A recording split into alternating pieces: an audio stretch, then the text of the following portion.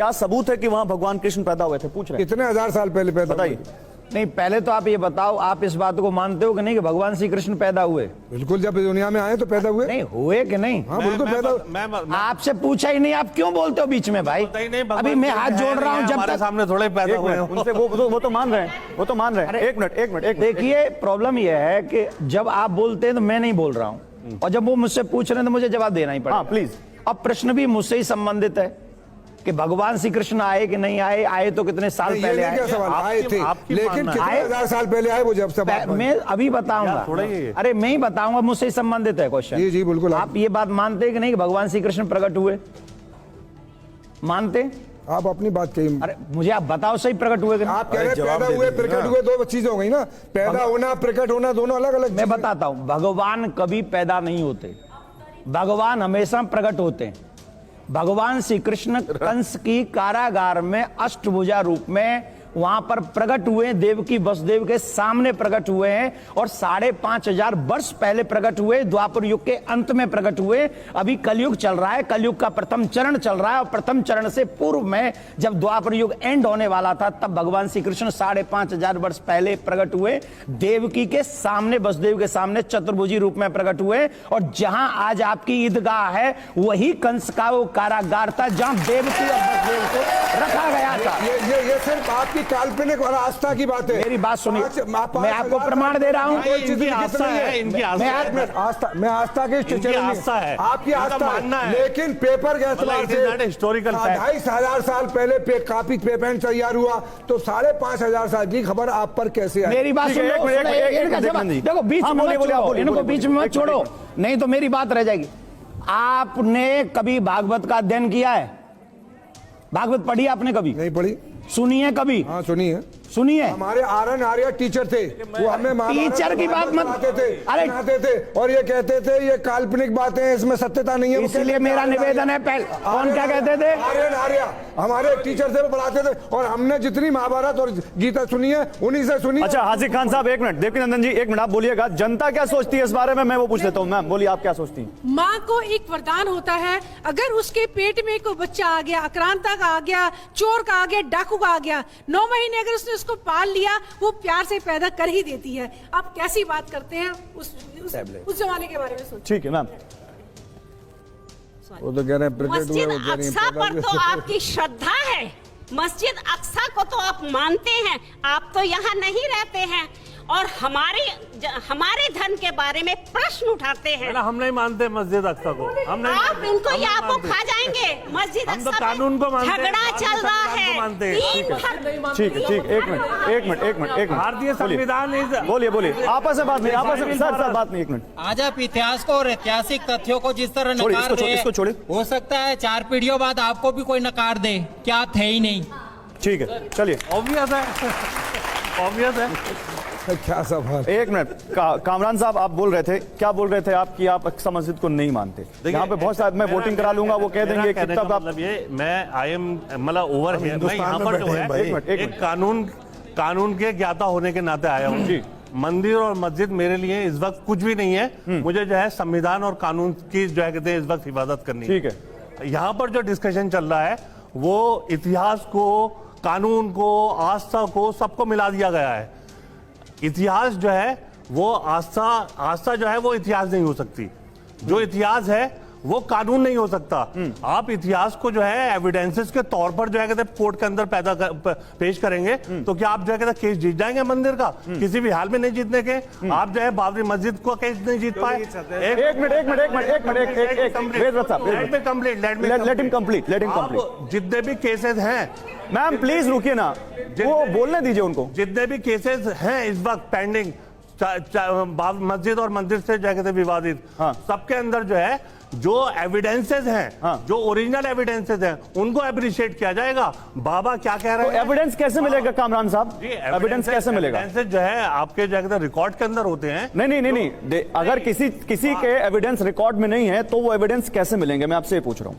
अगर आपके पास एविडेंसेस नहीं है तो you will lose the case. I will go to the court. आप कोर्ट में एक मिनट सर रुकिए। क्रिएट नहीं किए जा सकते, एविडेंस क्रिएट नहीं किए जा सकते, एविडेंस ढूंढे जा सकते हैं, एविडेंस ढूंढे जा सकते हैं, क्रिएट नहीं किए जा, ढूंढे जा सकते हैं। एक मिनट। हाँ, यहाँ पर मान लीजिए 2 एविडेंसेस हैं, पूरा जो कहते हैं आप जो कहते हैं जो सर मैं लंबी बहस करूंगा तो बहुत हो जाएगा। आप सुप्रीम कोर्ट के लॉयर हैं, आप ज्यादा बहस अच्छे से करते हो। मैं आपसे एक सवाल पूछ रहा हूं, मेरे सवाल पे रहिए। एविडेंस क्रिएट नहीं की जा सकते, लेकिन क्या एविडेंस ढूंढे जा सकते हैं? जो एविडेंसेस ऑलरेडी अवेलेबल हैं और ढूंढे हुए एविडेंसेस में फर्क है। ढूंढे हुए एविडेंसेस सर मैं उस पर नहीं जा रहा कि फर्क है नहीं। एविडेंस सर एविडेंस डाउटफुल हो सकते हैं जिनकी आप बात कर सर, ये डाउट कौन क्लियर करेगा? ASI का एक मिनट आर्कियोलॉजिकल सर्वे का जो वो होता है, हाँ। इंस्पेक्शन होता है, हाँ। वो इतने स्ट्रॉन्ग क्या कहते हैं एविडेंसेस नहीं होते जितने जो है ऑलरेडी एविडेंस। अरे मैं ये पूछ रहा हूं, एविडेंस अगर ढूंढे जा सकते हैं तो एविडेंस कैसे ढूंढे जाएंगे? सर्वे करके ढूंढे जाएंगे, जांच करके ढूंढे जाएंगे।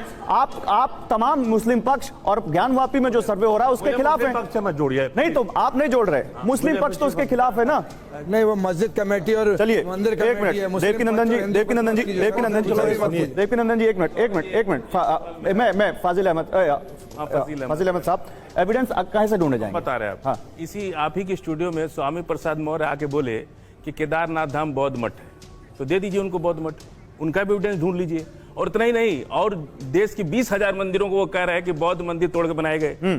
तीसरा, बाबरी मस्जिद जब खुदाई राम मंदिर की जब शिलान्यास हो रही थी, उसको भी ASI के सर्वे को इलाहाबाद हाई कोर्ट ने कहा, ASI ने कहा हाई कोर्ट में कि कुशीनगर जैसा अवशेष मिल रहा है, बौद्ध स्थल मिल रहा है, तो आपने बौद्ध स्थल क्यों नहीं दे दिया? जिस तरह से आप कह रहे हैं कि स्वामी प्रसाद कह रहे हैं कि 20,000 मंदिर में बौद्ध स्थल है, तो उसको दे दिए। केदारनाथ धाम को देवकीनंदन जी जवाब दीजिए। देखिए, मुझे आपने बुद्ध धर्म के ऊपर और हिंदू और बुद्धों के ऊपर ये बहस नहीं बुलाई, पर मैं इन लोगों की, मतलब स्पेशली भाई साहब जो बोल रहे हैं, बहुत अच्छी रणनीति है ये कि इनको आपस में लड़ा दो। अब ये रणनीति का सवाल नहीं है, ये जेन्युइन सवाल है। महात्मा बुद्ध कहीं पैदा हुए, भारत में पैदा हुए, पूरी दुनिया में फैल गए, और उसको आप खत्म कर रहे हैं। मेरी हम नाम बता रहे राजा का। अरे हमारी बात सुनो। विश्वामित्र राजा ने तोड़वाए नहीं। अरे हमारी राजा शशांक ने 8वीं शताब्दी में राजा शशांक ने 20,000 बौद्ध मंदिरों को तोड़वा के हिंदू मंदिर बना दिया। ठीक है, आप लोगों ने अपने फैक्ट रख दिया, अब उनको बोल लेने दीजिए। इतिहास है, इस इतिहास को आप क्यों भुलाना चाहते हैं? फजील साहब आपने बोल दिया ना, अब बताइए देवकीनंदन जी। आपके हर प्रश्न का उत्तर दूंगा, पर एक एक करके करो, एक एक करके करो, और इतिहास के मुताबिक ही दूंगा। कर ही क्यों रहे हैं, मेरी समझ में नहीं आ रहा है। आप यहाँ बहस क्या है? आप उनसे क्यों सवाल यहाँ पर बहस क्या ये है? आपसे सवाल करें, आप जवाब दो। बात उनसे सवाल अधिकार मत की करो है ना, बात अधिकार की है। अधिकार मेरी बात सुनिए ना, फुजैल भाई आप मेरी बात सुनिए। सवाल ही मत करो ना, आप क्यों कर रहे हैं? आप लोगों ने सवाल करें तो जवाब दे दो। मौलाना साजिद रशीदी आप आ जाइए यहाँ, मैं चला जाता हूँ। आप सवाल आप यहाँ आके डिबेट करा लीजिए। नहीं सर, आपको गेस्ट के तौर पे बुलाया है, आपको गेस्ट के तौर पे बुलाया है, आप गेस्ट के तौर पे बात का जवाब नहीं दे रहा, मैं उनका जवाब। अरे तो आप फजील साहब को बताएंगे कि वो किसका जवाब दे, किसका सवाल करो, क्यों करें हम इनसे? आप सबका ठेका आपने लिया हुआ है। वो कह रहे हैं एक एक करके क्यों करें? अरे आप मत करो, आप सुनते रहो, इन सबके प्रवक्ता हैं आप मत करो, आप सुनते रहो। बोलिए। मैं, उन्होंने मुझसे प्रश्न किया तो मुझे जवाब देना पड़ेगा। ठीक है सर, प्लीज। मेरी बात यह है कि यहाँ पर बात हो रही है जामा मस्जिद की सीढ़ियों की, यहाँ पे बात हो रही है कृष्ण जन्म भूमि की।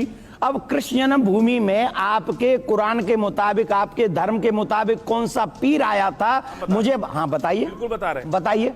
रामायण में, रामायण नहीं, सुन लीजिए, वहीं से शुरू करेंगे। रामायण में नहीं, शुरू करेंगे। आपकी, मेरा क्वेश्चन आपकी कुरान है, मेरा क्वेश्चन आपकी कुरान है। सुनिए, रामायण में लिखा है, आप यूं ही सुन लीजिए, हाँ। रामायण में लिखा है ना कि भगवान राम अपने जन्म स्थान से 1.5 योजन दूर जाके जल का आमचन किए। क्या किए? भगवान राम ने 1.5 योजन समझते हैं ना? मैं समझता हूँ। तो 1.5 योजन दूर जाके हाँ। भगवान राम ने जल का, सरजू के तट पर जल का आमचन किया। हाँ। यानी फाहियान ने, कौन सी चौपाई है? सुन लीजिए, कौन सी चौपाई है? अब हम किताब नहीं, हम चौपाई बता रहे हैं। मेरे प्लीज बात सुन लीजिए। 1.5 योजन तो जानते हैं ना? किससे? अरे हमने, सुनो, 1.5 योजन छोड़ दो, आप सुन कहाँ पढ़ के आ रहे हो? गौरवाल जी, अरे फाहियान ने कहा, रामायण में कौन सी? ने 1.5 योजन को 18 किलोमीटर नापा है। भाई साहब, फाहियान ने 1.5 योजन को 18 किलोमीटर नापा है। भाई साहब, आज मंदिर कहाँ बन रहा है? भाई साहब के तट पर। सर, ये तो सुप्रीम कोर्ट का फैसला आ गया। अब इस पर 1.5 योजन दूर का 18 किलोमीटर दूर आज भी फजील साहब, एक मिनट, फजील साहब सुनिए, आप सब मेरी बात सुनिए, मेरी बात सुनिए। रामायण को तो माना, सर मेरी बात सुनिए। हम सुप्रीम कोर्ट को भी मानते हैं और उस पर सुप्रीम कोर्ट से फैसला आ चुका है, उस पर हम डिबेट नहीं कर रहे नहीं, दैट डिबेट देखिए, एंडेड, वहां भी नाइंसाफी डिबेट हुई है ना हम लोग एंडेड, के वो साथ। डिबेट खत्म हो चुकी है, वहां राम मंदिर बन रहा हुई है है सर, इसलिए बोलते रहे। तो आप सुप्रीम कोर्ट जाइए, खत्म नहीं हो सकता वो बात। आप ये मत कहिए कि आप कह सुप्रीम रहे हैं- कोर्ट का फैसला अंतिम फैसला है। हमारे साथ नाइंसाफी हुई है तो हम जीवन भर बोलते रहेंगे कि हमारे साथ 1.5 योजन रामायण का 1.5 योजन, ये सारी चीजें कोर्ट में जाएंगी। फिर आप देखिए भगवान राम का जन्म मस्जिद के बीच गुम्बद के नीचे हुआ था, तो बीच गुम्बद के नीचे भगवान राम का फजील साहब राम मंदिर पर सुनिए कि बीच वाले गुम्बद के नीचे फजील भगवान साहब राम सुनिए, जन्म मेरी लिए। बात सुन, मेरी बात कि उसी अरे आप बोलते रहेंगे, दूसरे की बात नहीं सुनेंगे, आप बोलते रहेंगे, दूसरे की बात नहीं सुनेंगे तो डिबेट होगी क्या? मेरी बात सुनिए फजील साहब, होल्ड ऑन, बहुत बोल लिया आप। That debate ended, supreme court में बात हो चुकी है और जितने तर्क आपने दिए हैं, आपसे ज्यादा तर्क वहां दिए गए हैं, आपको बोलने का अधिकार है। दैट डजंट मीन कि आप जिस मुद्दे पर बात हो रही है उससे निकल के आप वहां चले जाएं। बिल्कुल तर्क में बोला जाएगा। मैं ये पूछ रहा हूं यहां पर जब बात पाबंदी लगा देंगे, मैं पाबंदी नहीं लगा रहा हूं, लेकिन सुप्रीम कोर्ट का आप सम्मान करते हैं कि नहीं करते? सुप्रीम कोर्ट का सम्मान करते नहीं करते? अगर आपको उस फैसले से दिक्कत है, आप जाइए सुप्रीम कोर्ट में रिव्यू पिटीशन डालिए, कोई नहीं रोक रहा, ठीक है। लेकिन वो दोनों समुदाय को सेटिस्फाई किया गया, मंदिर दे दिया गया हिंदू समुदाय को और 5 एकड़ जमीन मुसलमानों को दे दी। मंदिर बनना है, हमारे देश का संविधान, हमारे देश के प्रधानमंत्री पूजन करने जा रहे हैं, मस्जिद का उद्घाटन अब तक क्यों नहीं हुआ? देश की एकता और अखंडता के लिए हिंदू मुसलमान सबको एक साथ चलना होगा, तब ये देश उन्नति। जवाब दीजिए, एक मिनट। स्वामी जी हम लोग अभी हम और स्वामी जी लड़ेंगे, देश टूट जाएगा, पीछे चले जाएगा। ठीक, एक मिनट देवकीनंदन, एक मिनट मैम, एक मिनट। देवकीनंदन जी जवाब दे रहे हैं, आप लोग सुनने आए कि बहस करने आए? पहली बात तो यह है, भाई साहब ने वो रामायण नहीं बताई, वो स्थान नहीं बताया कहां पे लिखा हुआ है, ठीक? क्योंकि इन्होंने व्हाट्सएप से ज्ञान पकड़ लिया और बोल दिया। व्हाट्सएप नहीं, रामायण में लिखा है। रामायण में सुनिए, चुप रहिए, एक वॉल्यूम 1 में भी लिखा है, वॉल्यूम 2 में भी लिखा है। अरे 1-1-2 नहीं, कौन से कांड में कहा? विश्वामित्र ने भगवान राम से कहा कि 1.5 योजन दूर जाकर के जल का आमचन करो, समय निकलता जा रहा है। वॉल्यूम 1 और वॉल्यूम 2 दोनों में लिखा है। आप कहेंगे क्योंकि मैं एक पॉलिटिकल आदमी हूं, मैं चीजों को अध्ययन करता हूं, और आप कहेंगे तो रामायण लेके बैठ जाएंगे आपके साथ। अरे आपने बोल दिया फजील साहब, जवाब तो ले लीजिए आप जवाब तो ले लीजिए, और प्लीज मत बोलिएगा बीच में, बोलिए। असल में क्या है कि हम लोग यह बात कर रहे